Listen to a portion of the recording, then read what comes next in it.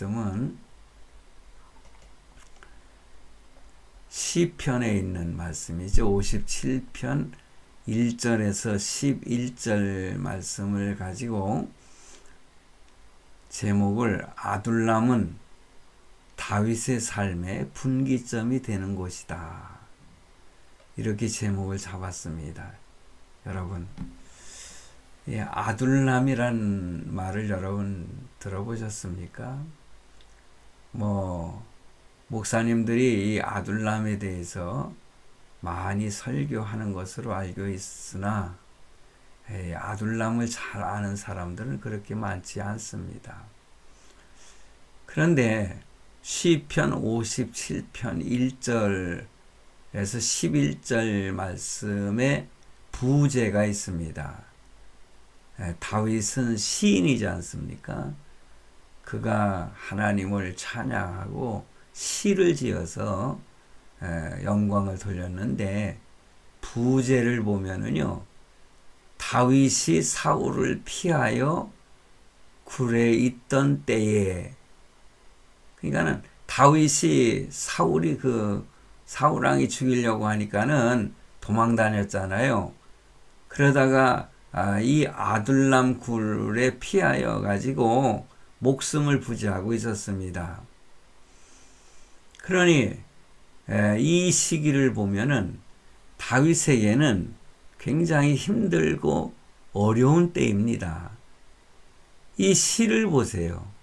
1절에 보면은 하나님이여 내게 은혜를 베푸소서, 내게 은혜를 베푸소서, 이렇게 두 번씩이나 강조를 하고 있습니다. 너무너무 따급하고 힘들고 어려우니까 하나님의 은혜를 사모하는데, 기도하는데 내게 은혜를 베푸소서, 내게 은혜를 베푸소서 너무너무 따급하게 하나님께 부르짖는 그러한 기도를 드리고 있습니다. 내 영혼이 주께로 피하되 주의 날개 그늘 아래에서, 그러니까 이 재앙들, 그러니까는 자기를 죽이려고 하는 그 사울 왕의 그 권세 아래에 있는 모든 일들이 자기에게는 재앙으로 온 거예요. 이 재앙들이 지나가기까지 피하리이다. 이 아둘람 굴, 여기에서 피하는 거죠. 그래서 2절, 3절 쭉 내용을 보면은요, 그가 지금 얼마나 따급한 상황이 있는지를 알 수가 있습니다. 그 보니까는 나를 삼키려는 자의 비방이라는 말도 쓰고 있죠. 4절에 보면은 죄송합니다. 내 영혼이 사자들 가운데서 살며 그랬어요. 우는 사자들이 자기를 갖다 물어 죽이려고 하는 그런 득실득거리는 그런 사자들 가운데 살고 있다는 거예요. 그리고 내가 불사르는 자들 중에 누웠으니 곧 사람의 아들 중이라. 이 하나님의 아들들이 아니라 사람의 아들들이 자기를 죽이려고 하는 거예요. 그들의 이는 창과 화살이고 그들의 혀는 날카로운 칼 같도다. 이렇게 하나님께 기도하고 있습니다. 어찌됐든 그러면서도 7절에 보면은요, 하나님이여 내 마음이 확정되었고 내 마음이 확정되었사오니, 아무리 힘들고 어려운 상황 속에서도 그는 마음속에 나는 하나님께로부터 기름 부은 자다, 기름 부은 왕이다. 자기는 사울을 이어서 왕이 될 자신이라는 것을 확신한다는 거예요. 그러면서 그는 노래하고 찬송을 합니다. 내 영광아 깰지어다, 비파야 수금아 깰지어다, 내가 새벽을 깨우리로다. 이렇게 내 영광아 깰지어다, 이렇게 찬송을 하고 있어요. 그는 믿음의 확신을 가지고 이렇게 찬양을 하게 되는 것입니다. 힘들고 어려울 때에, 절망적인 때에 나에게 은혜를 주소서, 나에게 은혜를 베푸소서, 이렇게 따급하게 기도하면서도 하나님께서 자기를 사랑하시고 자기에게 은혜를 베푸신다고 하는 것을 확신하면서 그는 오히려 하나님을 찬양하는 그런 모습을 오늘 우리는 배워야 될 줄로 생각을 합니다. 그러니까 아둘람이라고 하는 곳에서 힘들고 어려운 때에 오히려 다윗은 그 시절이 자기의 삶의 분기점이 됐다는 거예요. 여러분, 분기점을 잘 아시지 않습니까? 새롭게 시작하는 것이죠. 그래서 57편은요, 다윗이 사울을 피하여 굴에 있던 때, 뭐 성경에도 있지만은 사전에 찾아보니까요, 아둘람, 은신처, 피난처, 격리된 장소. 아둘람은 히브리어로 은신처다, 피난처다, 격리된 장소라는 뜻을 가지고 있다. 그래서 아둘람 굴, 다윗이 사울을 피해 숨었던 굴, 이렇게 여러분들도 뭐 다음이라든가 네이버라든가 거기에 들어가 보시면은 이런 설명들이 있습니다. 그래서 사무엘상 21장 1절에 보면은 다윗은 사울을 피하여 아둘람 굴에 피하였다는 내용이 나오고요. 또 사무엘상 24장 3절에 보면은 엔게디라고 하는 굴이 또 있습니다. 거기에도 또 숨어 있었던 것을 봐요. 그러니 오늘 시편 57편은 바로 이때의 다윗의 삶을 배경으로 한 시다. 이렇게 우리는 생각해 볼 수가 있습니다.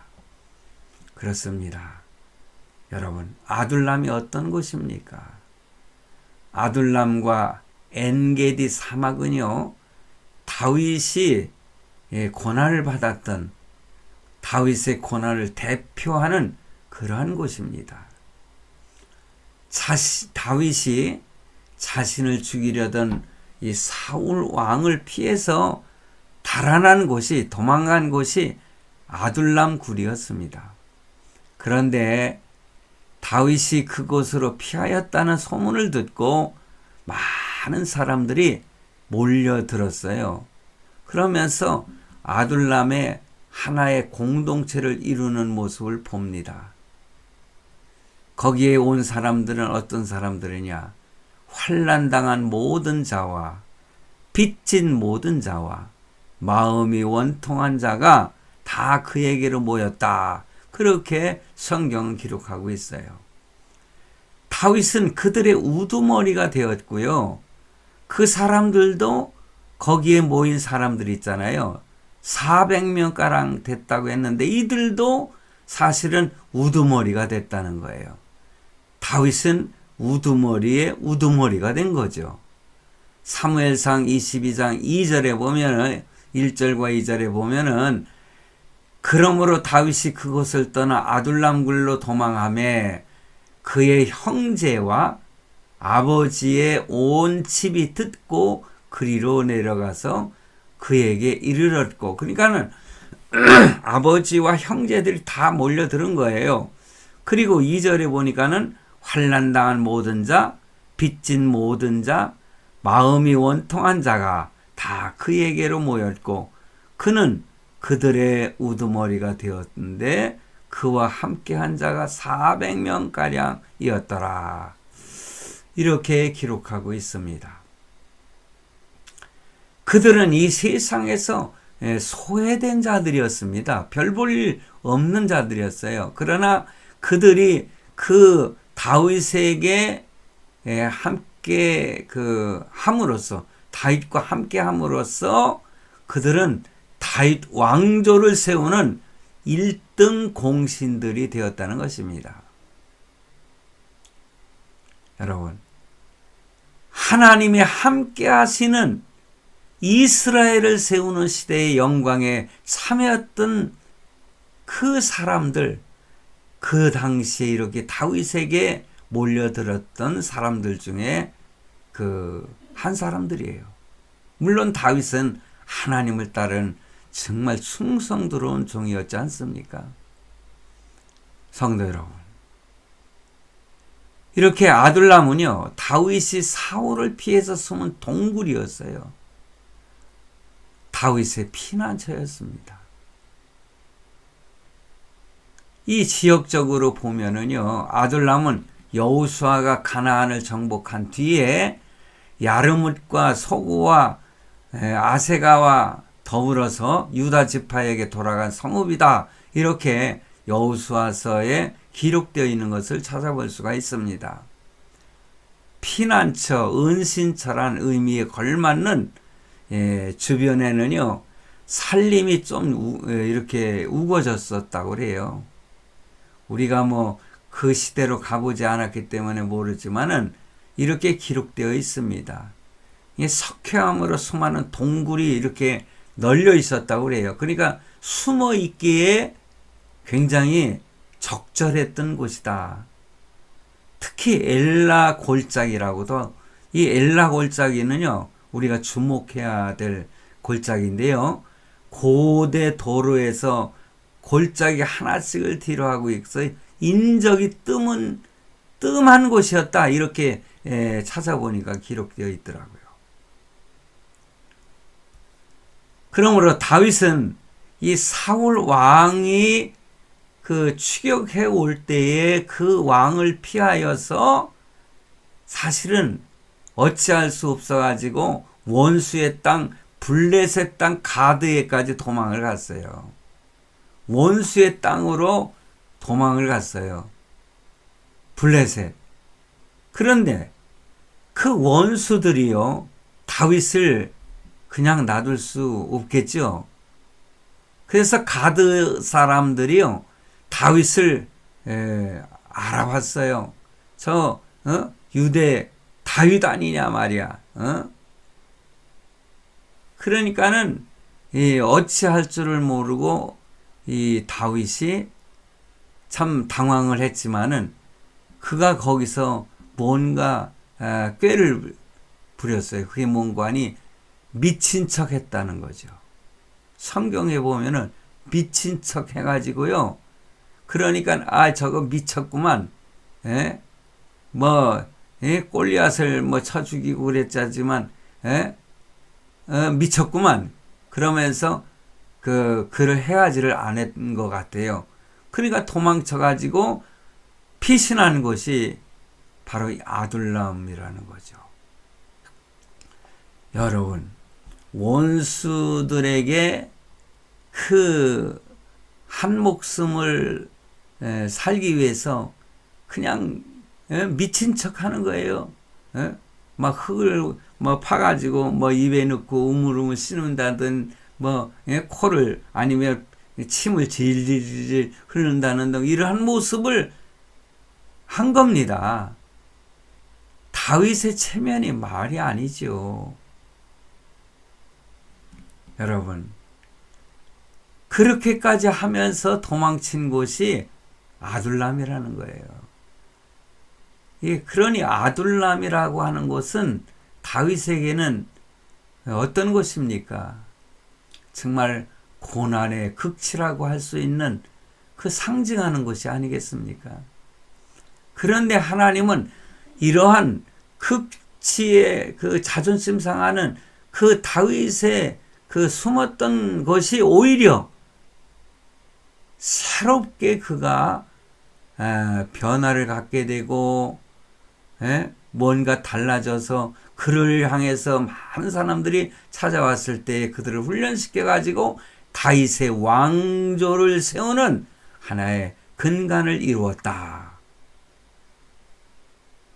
이런 걸 생각하면은 그곳이 참 고통스러운 곳이었지만은 오히려 하나님의 은혜의 땅이었다. 은혜의 굴이었다. 이렇게 표현할 수 있지 않겠습니까? 이 아둘람 동굴 앞에서 딱 서면은요, 기록에 그렇게 돼 있더라고요. 예루살렘 언덕까지 훤히 올려다 보였다는 거예요.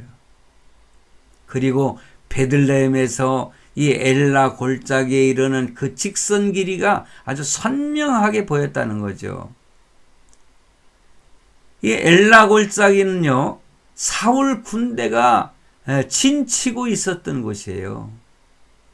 그래서 몰래 그 엘라 군대에게 첩보병을 보내가지고 그들의 형제들의 안부를 알아보게 했던 것이 바로 엘라 골짜기입니다.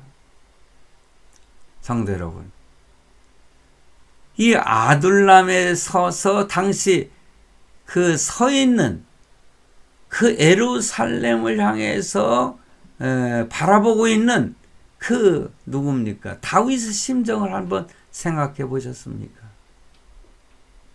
그 심정은 당해보지 않은 사람은 모르는 것입니다. 힘들고 어려운 고통을 당해보지 않은 사람은 그 심정을 알 수가 없는 것이에요. 다윗이 그 상황이었어요. 자신의 고향 베들레헴, 그 언덕을 지척에 두고도 가지 못하는 쫓기는 신세, 앞산 너머 엘라 골짜기에서 여러분 물맷돌 몇 개를 가지고 골리앗을 때려 눕혔던 곳이 엘라 골짜기 아니겠습니까? 그런데 제가 오늘 글에 보니까 누가 그런 설명을 하더라고요. 역사 설명을 하면서 이 물맷돌로다가 탁 이렇게 돌려가고 딱 던지는 그 순간은요, 총알이 나가는 그 총알 같은 무서운 힘을 가졌다고 그래요. 그러니 다윗이 그 물맷돌을 돌려가지고 한순간 던졌을 때의 그 파워라고 하는 것은, 그 에너지라고 하는 것은 권총으로다가 쏠 때에 나가는 힘과 같다는 거예요. 그러니까 그 고대 그 군대들은요, 이 물맷돌 가지고 던지는 그 군 편성이 되어 있었던 때가 있답니다. 그러니 물맷돌을 가지고 한두 번을 던졌겠습니까, 다윗이? 그 사자라든가 무서운 짐승들로부터 양떼를 지킬 때에 가까이 오게 되면은 사자와 싸워가지고 그 입을 갖다가 찢지, 엄청난 힘을 가졌던 다윗이 그 힘을 가지고 이 물맷돌을 던져서 짐승들에게 던졌을 때에 한 방에 죽어나가 떨어지는, 그러니 그 엄청난 힘을 가졌던 골리앗도 그 이마에 정통으로 맞아가지고 한 방에 그냥 나가 떨어져 죽었지 않습니까? 그래서 그에게 가서, 그는 칼도 차지도 않았었지만은 그 골리앗의 칼을 뽑아가지고 그의 목을 잘라가지고 손에 들고 승리의 개가를 부르는 거 아니겠어요? 바로 그곳에서 그 때려 눕혔던 그곳을 바라보면서 다윗은 어떤 심정을 가졌을까 상상을 한번 해보시기 바랍니다. 그 당시에 그 골리앗을 때려 눕혔을 때에 사울왕은 크게 환영을 했습니다. 환대했습니다. 뿐만 아니라 사울을 죽인 자는 천천히요, 다윗은 만만히로다. 국민들이 그를 환대했던 것. 오히려 그것 때문에 사울이 시기 질투가 나가지고 다윗을 죽이려고 했던 것 사실입니다만은, 그런 그가 미친 채까지 하면서 자신을 숨겨야 했던 유대 땅과 적군 블레셋의 그 중간지대가 되는 아둘람의 은신에 있을 때에 그 다윗의 심정이 어떠했었을까 하는 것입니다. 그러니 그러한 곳이 오히려 아둘람은 그 다윗의 삶에 있어서 분기점이 되는 곳이었다는 거예요. 다윗이 아둘람에 있다는 소식을 듣고 가족과 여러 무리들이 그에게로 몰려왔다고 하지 않습니까? 예? 다시 말씀드리지만은 그것에 몰려든 사람들 별 볼 일 없는 사람들이었어요. 고통당하는 자, 빚진 자, 또 삶에 불만이 가득한 자들, 그 당시에 사회 저변층에 있었던, 그러니까 저층, 바닥에 있었던 사람들이 가장 비참한 인생의 밑바닥에 있었던 그런 사람들이 오히려 비참한 인생의 밑바닥에 내려간 다윗, 그들을 다윗을 찾아온 것입니다. 그런데 하나님은 훗날 이 다윗과 함께한 사람들, 아둘람 사람들, 이스라엘의 역사를 새로 쓰는 주역들이 되게 했다는 것입니다. 교회, 여러분, 이 시대의 교회가요, 아둘람 골짜기와 같은 것이에요. 아둘람 공동체라고도 할 수 있죠. 교회에 나오는 사람들 보면은 환난당한 자, 빚진 자, 마음이 원통한 자들이 많지 않습니까?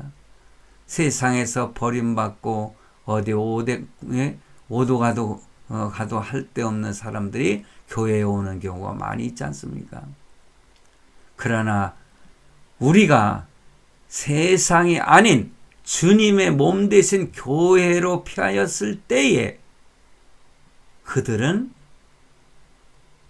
나중에 지도자가 될 수 있고 하나님의 든든한 일꾼들이 될 수 있었다는 거죠. 세상에서는 별 볼 일 없었던 자들이 예수 그리스도를 따를 때에 예수님의 12 제자들 보세요.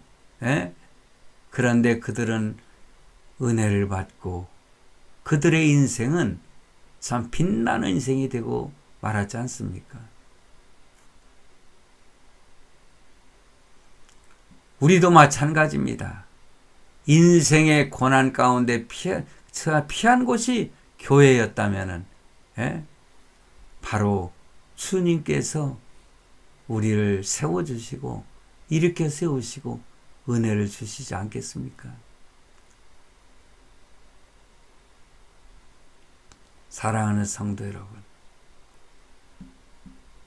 교회도 그렇고 가정도 마찬가지고 또한 회사도 마찬가지예요.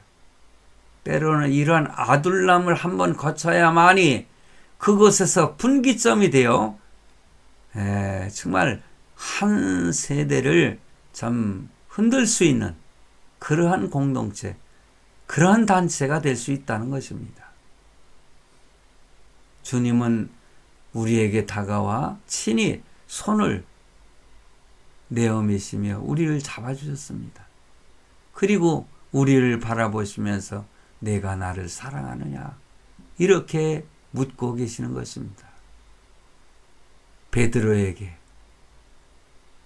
내가 나를 사랑하느냐 이런 일꾼으로 세우시는 과정을 우리는 또한 경험할 수가 있습니다. 본문을 통해서 몇 가지를 생각해 보면은요, 성도 여러분, 우리는요 주의 날개 그늘 아래에 있는 자들이라는 거예요. 주의 날개 그늘 아래에 있는. 그래서 1절에 하나님이여 내게 은혜를 베푸소서, 내게 은혜를 베푸소서. 내 영혼이 주께로 피하되 주의 날개 그늘 아래에서 이 재앙들이 지나가기까지 피하리이다. 재앙이 다 지나가기까지 주의 날개 그늘 아래에서 이 재앙들을 피하겠다는 거예요. 그러니 다윗이 최악의 상황에서 이렇게 표현을 한 겁니다. 주의 그늘, 날개 그늘 아래 피하였다. 그것은 바로 하나님의 약속, 하나님의 언약을 믿는 믿음 안에 있었기 때문에 그런 거예요. 그러므로 믿음이 있을 때에 우리는 모든 환난과 재앙을 피할 수가 있는 것입니다. 사도 바울 역시 그는 감옥에 갇힌 몸이 되었을 때에도 여전히 그는 예수 그리스도 안에서 자유함을 강조했잖아요. 빌립보서에 보세요. 자신은 감옥에 있으면서도 빌립보에 있는 성도들에게 위로를 주지 않습니까? 바울은 갇힌 몸이었지만은 그리스도 예수 안에서 참 자유를 누리는, 그러므로 믿음이 있을 때에 그리스도 안에서 참 자유를 누리는 성도다. 여러분, 그것입니다. 언약 안에 있다는 것은 무엇을 말하나요? 그것은 하나님의 구속의 약속의 인치심을 믿음 가운데 지키는 것을 말하는 것입니다. 유월절 어린 양의 피가 뿌려진 대문 안에 있는 자들이죠. 그리고 언약의 표인, 여러분 기생 라합도 있잖아요. 언약의 표인 붉은 줄을 갖다가 쭉 창문으로 내려놨지 않습니까? 그랬을 때에 군사들은 그 가정은 피하여 갔어요. 그것이 바로 주의 날개 그늘 아래, 그러니까 예수 그리스도 피 안에 있다는 거죠. 우리는 예수 그리스도의 십자가 복음 아래에 피하는 자들인 것입니다. 그 피로 우리는 구속을 받았고 십자가의 은혜로 말미암아 부활의 첫 열매가 되신 주님을 바라보며 영원한 천국에 이를 것을 우리는 사모하고 죄 가운데서 참 자유를 가지는 자들이 바로 언약을 믿는 자들인 것입니다. 우리가 바로 세상의 사망의 음침한 골짜기로 다닐지라도 두려워하지 않을, 다윗이 그렇게 고백을 했잖아요. 여기서는 주의 날개 그늘 아래라고 이렇게 표현을 하고요. 내가 사망의 음침한 골짜기로 다닐지라도 해를 두려워하지 않을 것은, 이렇게 시편 21편에서 그렇게 고백을 했고 23편인가요? 주의 날개 그늘 아래 피하고 이렇게 표현하고 있어요. 그러니 우리는 하나님께 감사하지 않을 수가 없어요. 뿐만 아니라 우리는 전능하신 하나님을 믿는 믿음을 가지고 있다는 거죠. 뭐 거듭되는 말씀 같지만은요, 2절 말씀에 보니까는 내가 지존하신 하나님께 부르짖으며 곧 나를 위하여 모든 것을 이루시는 하나님께로다. 성도 여러분, 믿음이 있다 하더라도요, 온전한 믿음이 있어야 되는 것입니다. 흔들리고 좌로나 우로 치우치고 하는 그런 믿음은 진짜 믿음이 아닌 것입니다. 온전한 믿음이 아닌 것입니다. 어떠한 일이 있을지라도 확고부동하게 흔들리지 않는 믿음, 그 믿음이 진짜 믿음이에요. 부분적인 믿음이 없는 것과 같은 것입니다. 또한 믿음은 전능하신 하나님이심을 믿는 것입니다. 하나님이 팔이 짧아서 구원하지 못하시는 분입니까? 아니죠. 믿음은 언약의 하나님이심을 믿는 거예요. 하나님은 나를 구원하셨다 하는 약속을 믿는 믿음인 것입니다. 하나님이 약속하신 것은 결코 변하지 않는 믿음. 우리 하나님은 결코 변하지 않으시다는 그런 확신, 그런 믿음을 가지고 있어야 어떤 환난과 고난 속에서도 다윗처럼 멀리 예루살렘을 쳐다보면서 장래의 꿈을 다시 키우는 것입니다. 다윗은 절망 가운데서도 모든 것을 이루시는 하나님이라고 이렇게 의지했지 않습니까? 하나님이 다윗을 통해서 약속하시는 것은 뭐냐? 뭡니까? 기름 부음을 받았잖아요, 다윗은. 그러니 확신이 있었던 것입니다. 나는 왕이 될 것이다. 나는 왕이다. 이런 확신을 갖고 있었던 거예요. 지금 목숨이 간당간당하죠. 사울이 그냥 군대를 몰고 오면은 그 목숨은 순간 달아나지 않겠습니까? 그런데 그런 상황 속에서도 다윗은 하나님의 불변하시는 약속을 믿은 겁니다. 왕으로 기름 부음을 받았다는 것. 목숨이 백척간두에 있다 할지라도 그 확신 흔들리지 않은 거예요. 신실하신 하나님의 약속을 믿고 의지했던 것입니다. 모든 것을 이루시는 완전하신 하나님, 전능하신 하나님, 찬송은 전능하신 하나님, 완전하신 하나님 찬양은 하지만은 입술로는 나발나발 거리지만은 진짜 전능하신 하나님이신 걸 믿습니까? 내가 지금 환난 가운데 어려움 가운데 흔들려서는 안 되죠. 하나님은 나를 사랑하신다. 나에게 약속을 주셨다. 이 모든 것을 이룰 수 있도록 계획을 세울 수 있도록 하나님이 나에게 지혜를 주셨다. 확신이 있다면 흔들리지 않는 것입니다. 믿음은 온전한 믿음이어야 됩니다. 그러니까는 순도 100% 요즘에 금값이 배로 올랐다고 아까 우리 딸아이가 그런 얘기를 하더라고요. 그렇습니다. 그런데 금이 순도가 99.99% 아닙니까? 거의 100%. 우리의 믿음은 99.99가 아니에요. 0.11000001이라도 퍼센트라도 아니면 안 되는 거예요. 그냥 100%라 해야 되는 거예요. 순도 100%. 왜냐하면 마귀는 우리가 부족한 그 0.000001% 그 사이로 비집고 들어와서 우리를 갖다가 흔들고 넘어뜨리려고 하고 있거든요.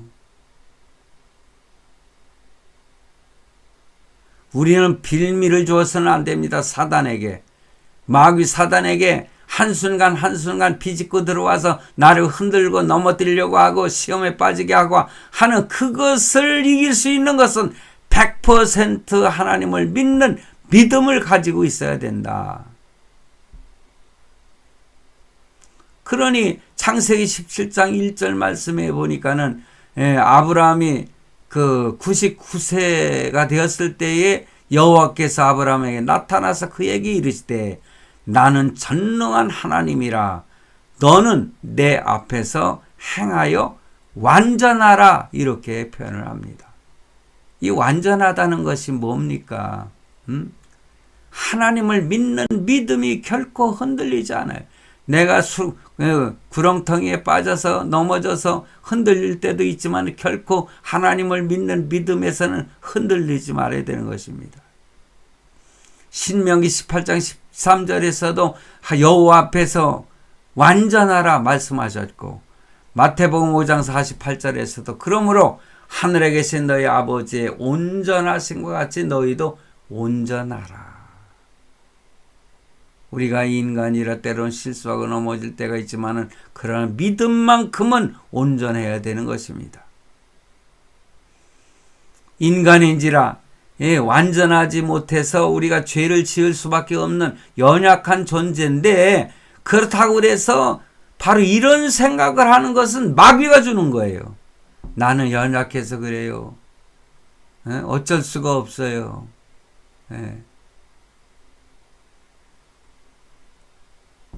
술을 먹어도 적당히 먹어야지 그냥 뭡니까?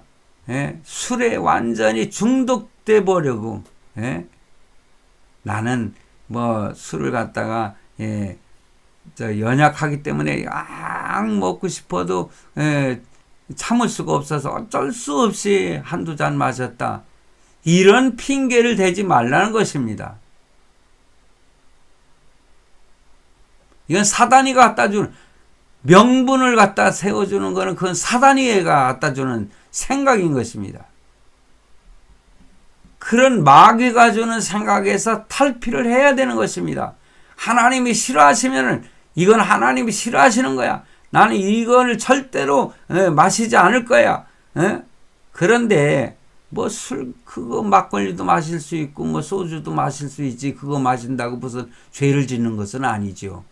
그런데 그거 마시고 나서 헬렐레 해가지고 잠언서라든가 보세요. 술 취한 눈, 뻘건 눈 이런 거 가지고 별짓을 다 하지 않습니까? 범죄하지 않습니까?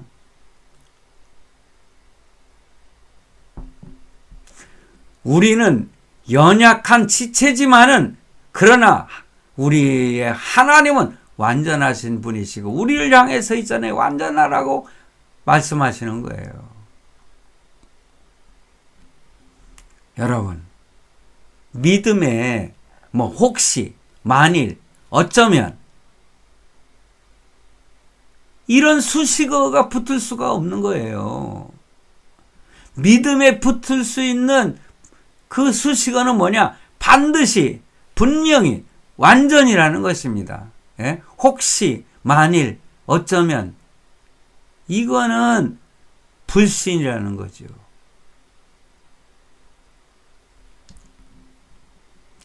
우리의 입술과 생각에서 이 부정적인 수식어를 제거할 수 있기를 바랍니다.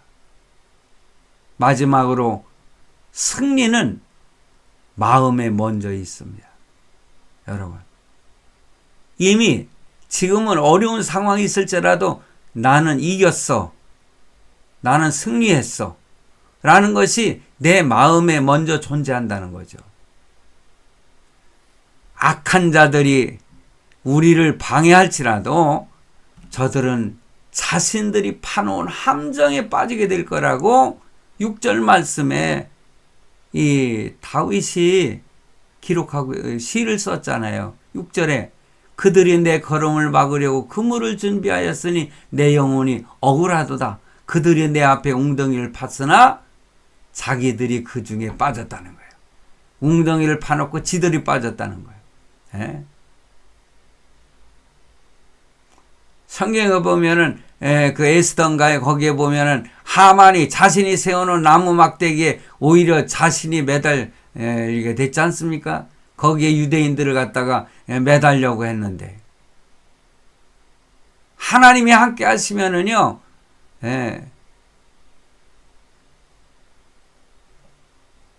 7절 말씀에 하나님이여 내 마음이 확정되었고 내 마음이 확정되었사오니 내가 노래하고 내가 찬송하리이다. 내가 서두에도 말씀을 드렸잖아요. 그는 이기고 나서 싸운다는 것입니다. 전쟁은요, 그 싸우기 전에 이미 결판이 나는 경우가 많이 있습니다. 아무리 군대의 수가 많아도 사기가 충천한 군대, 죽기를 각오한 군대를 이길 수가 없는 것입니다. 그러면서 확신을 갖는 거죠. 마지막에 승리자는 바로 나다. 하나님이 마지막에는 나에게 승리를 주신다고 하는 사실을 확신하고 싸우는 것입니다. 다윗은 아둘람 굴에서 엔게디 사막에서 죽음을 맞이할 수 있는 그런 상황에서 내 마음에 확정되었다. 내 마음에 확정되었다. 나는 승리한다. 나는 하나님의 언약을 믿는다. 나는 이스라엘의 왕이 된다. 이런 사실을 확신하고 확정했다. 그러면서 찬양을 하고 있지 않습니까?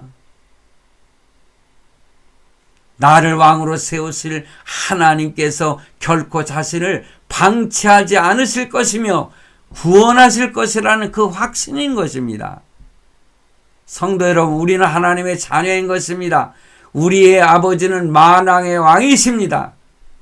우리의 구주 예수 그리스도께서 온 천하 권세를 발로 밟으시고 계신 분, 온 천하를 다스리는 분이 우리의 주님 아니십니까?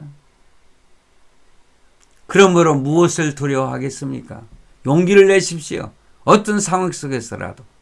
로마서 8장 18절 19절에 자녀이면 또한 상속자 곧 하나님의 상속자요 그리스도와 함께한 상속자니 우리가 그와 함께 영광을 받기 위하여 고난도 함께 받아야 할 것이니라. 그러니까는 하나님과 함께 영광을 받기 위하여 고난도 함께 받아야 할 것이니라. 생각하건대 현재의 고난은 장차 우리에게 나타날 영광과 좋게 비교할 수 없도다. 아멘. 할렐루야. 어떤 상황 속에서도 더 이상 두려워하지 말고 오직 내 마음이 확정되었다. 이렇게 선포하시기를 바랍니다. 내 영광이 깰지어다. 선포하고 나가서 싸우라는 거예요. 나가서 일하라는 거예요. 그러면 하나님의 승리를 안겨다 주는 것입니다. 내가 지금 아둘람에 있다 할지라도 그 굴 속에 캄캄한 굴 속에 있을지라도 그 골짜기에 있을지라도 여러분 이미 확정하고 확정하였다고 하는 그 다윗의 믿음처럼 우리도 믿음을 가지고 스스로 영광아 깰지어다 내 영광아 깰지어다 선포하시고 승리하시는 우리 모든 성도들이 되시기를 주님의 이름으로 축원합니다. 아멘. 기도하시겠습니다.